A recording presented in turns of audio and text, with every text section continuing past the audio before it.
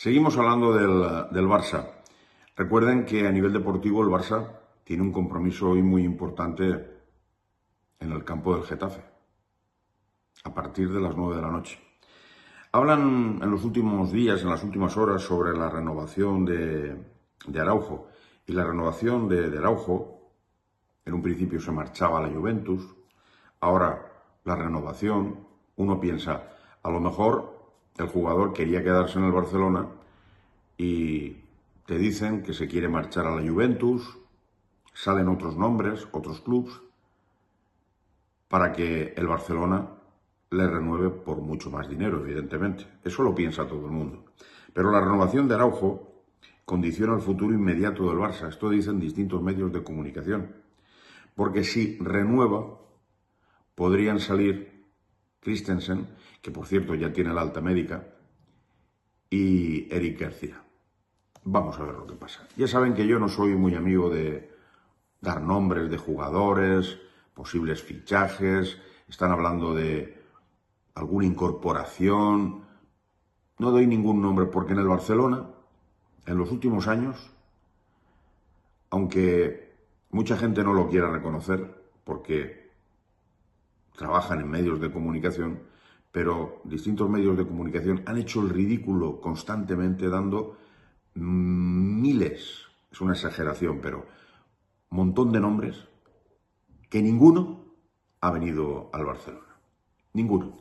Por lo tanto, ¿qué quieren que les diga?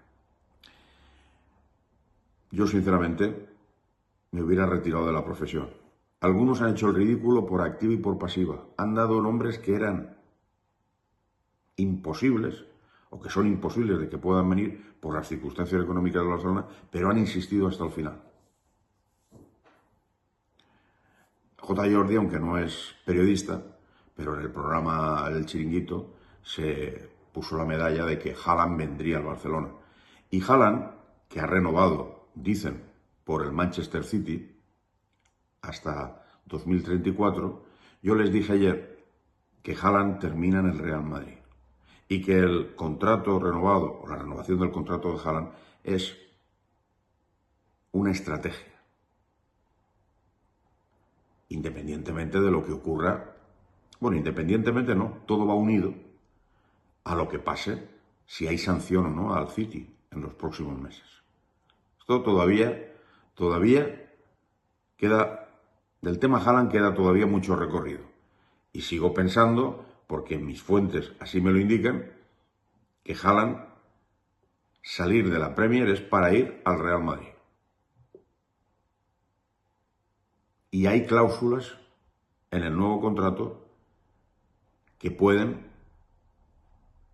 llevar al noruego en cualquier momento al Real Madrid.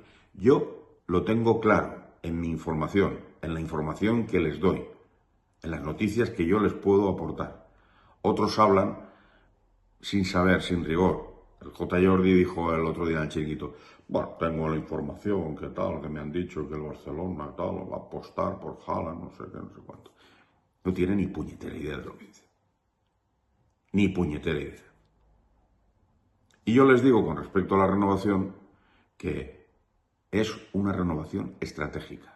Y veremos lo que pasa si hay sanción o no al City. Queda mucho, insisto, todavía mucho por contar. Y ahora les voy a comentar un artículo. Me he quedado de piedra. Me he quedado de piedra. No se pierdan el vídeo, por favor. No se pierdan el vídeo. Doménez García. Culemanía. Artículo en Culemanía. El título es Un elefante con poca memoria. No se lo pierdan.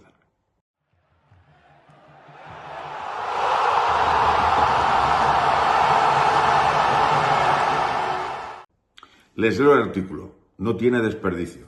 Hace más de 27 años, a finales de diciembre de 1997, apareció en el firmamento barcelonista un grupo que, bajo la denominación de Elefant Blau, tenía como objetivo desbancar a José Luis Núñez de la presidencia del Barça. Dicho grupo estaba encabezado por Joan Laporta y Sebastián Roca y comenzó su actividad a los 6 meses de unas elecciones que reafirmaron a Núñez en la presidencia al superar a Ángel Fernández.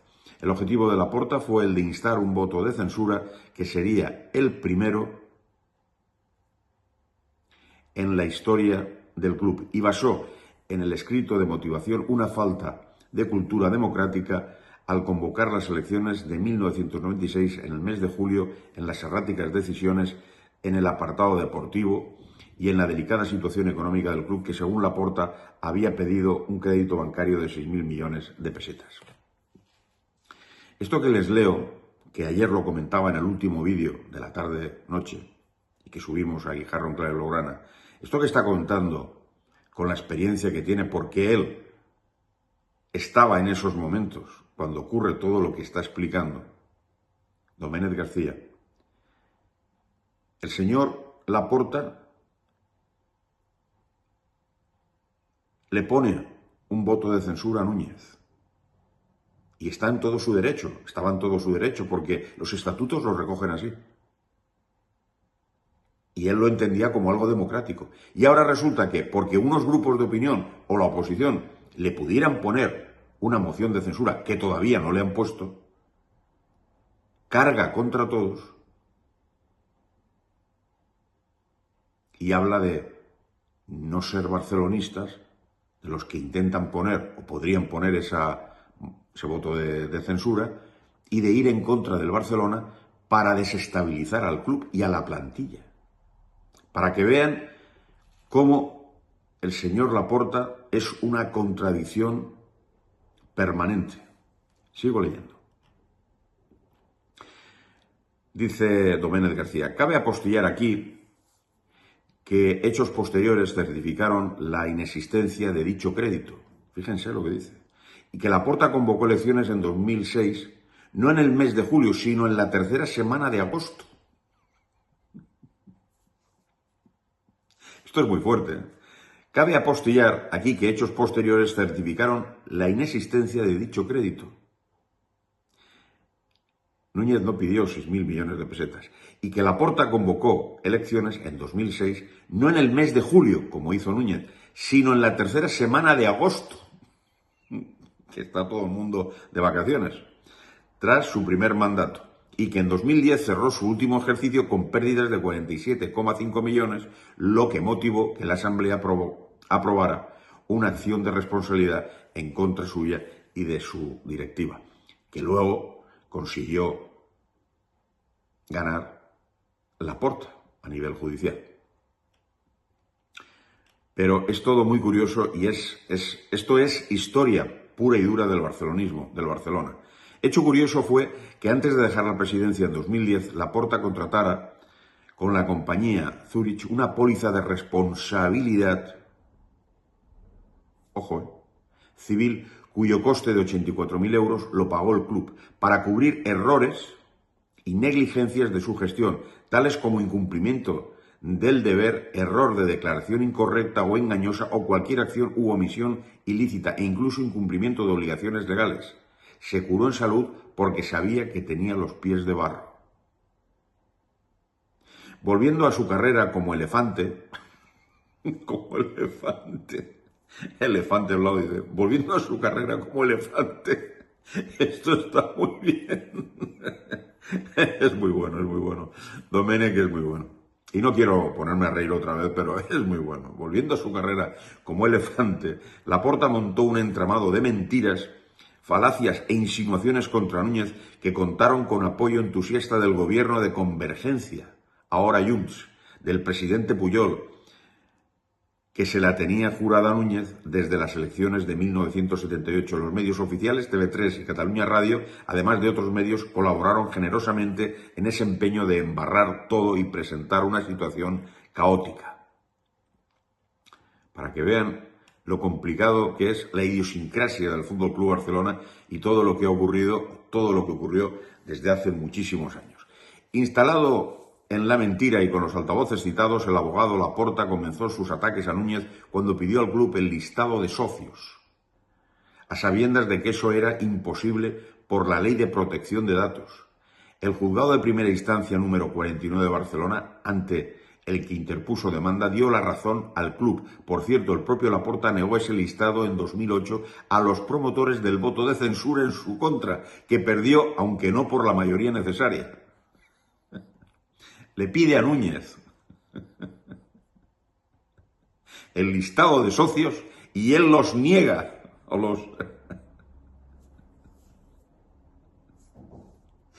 Y él le niega esa lista a los socios cuando le quieren poner el voto de censura al propio Laporta.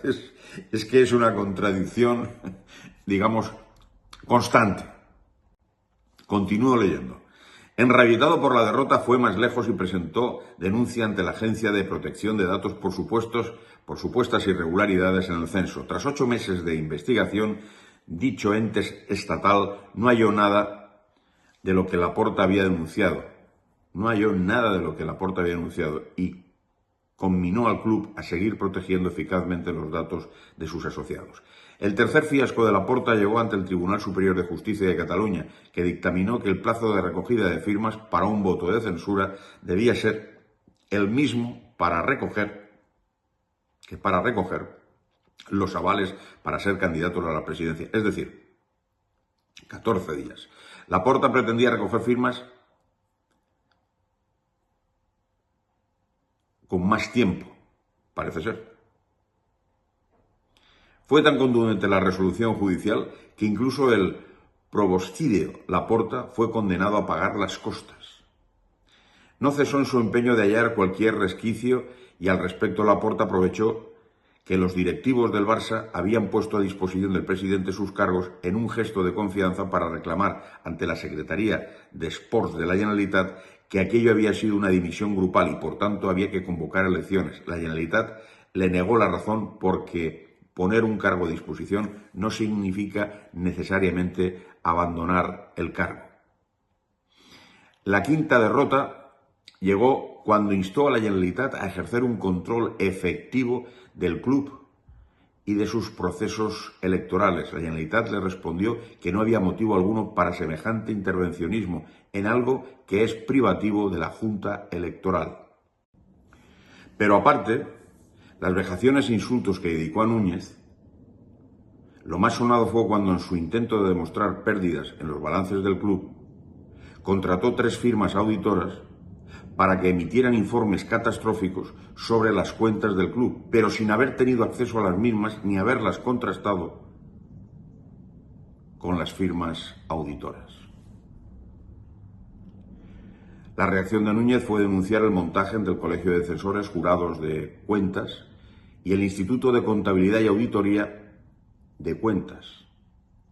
El colegio profesional abrió un expediente deontológico y amonestó a las 3 firmas citadas por falta de ética en su trabajo. Además, se quejaron de que Laporta les traicionó al divulgar su trabajo cuando tenía que ser confidencial y de uso privado. 2 años después, el Colegio de Censores Jurados de Cuentas y el Instituto de Contabilidad y Auditoría de Cuentas emitió un informe tras no haber hallado incumplimiento alguno y destacar la calidad y el rigor del trabajo de los auditores del club. Hablando de Núñez y de sus profesionales. Todo lo dicho, debidamente alimentado y manipulado desde los medios de comunicaciones oficiales, logró dar la sensación de un club en permanente estado de zozobra. Pero en el momento de acudir a las urnas y ejercer el voto de censura, Núñez ganó el plebiscito de forma clara.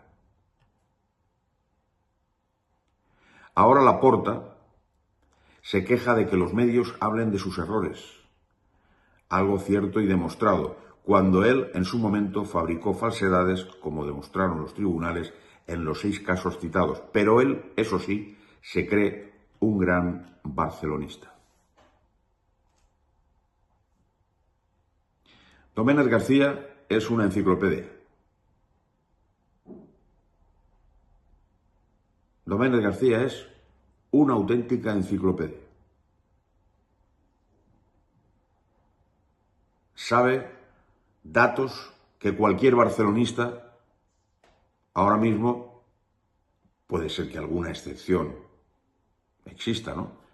Pero yo creo que ningún barcelonista sabe los datos a nivel histórico del señor del Barcelona que sabe el señor Domenech García. Una de las primeras veces que hablé con él, hablando de un tema tan sencillo como recordar los últimos 20 o 30 entrenadores del Barcelona, me los dijo de carrerilla. De carrerilla. Me quedé. Y miren que yo soy un amante de las estadísticas, de los datos, de la historia. Me lo dijo y digo, Domenech, pero alguno te puede fallar. No. Y luego estuve repasando y los acertó todos, cronológicamente. Es un fuera de serie a nivel de datos, de contar la historia, porque lo ha vivido, coño, lo ha vivido. Fíjense lo que ha contado de Joan Laporta. Joan Laporta, hablando de que la oposición y los grupos de opinión van en contra del Barça, por no apoyar a Laporta en estos momentos, van en contra del Barça, por no estar de acuerdo con su gestión, y quieren o pretenden desestabilizar a la plantilla. Y el señor Laporta, ya lo dije ayer, adelanté un poquito en el vídeo de ayer por la noche, porque sabía que hoy sacaba Domenech este artículo. Resulta que estuvo poniéndole no una zancadilla, sino un montón de zancadillas al señor José Luis Núñez, en paz descanse. Para que vean. Y luego se permite el lujo Laporta de dar lecciones a los demás, cuando él fue el primero que comenzó todo esto de los votos de censura y todas estas historias, que él hoy quiere defender ante toda la afición del Fútbol Club Barcelona como algo ilógico y que no tiene sentido. Como siempre les digo, saquen ustedes sus conclusiones, porque es la mejor forma de que la gente sepa lo que ocurre, lo que ocurrió, lo que ocurre o lo que puede ocurrir en el futuro. La historia siempre es importante tenerla presente. No para estar recordándola todos los días, como hacen algunos, sobre todo en política, pero sí que es importante que esté ahí. Saquen sus propias conclusiones.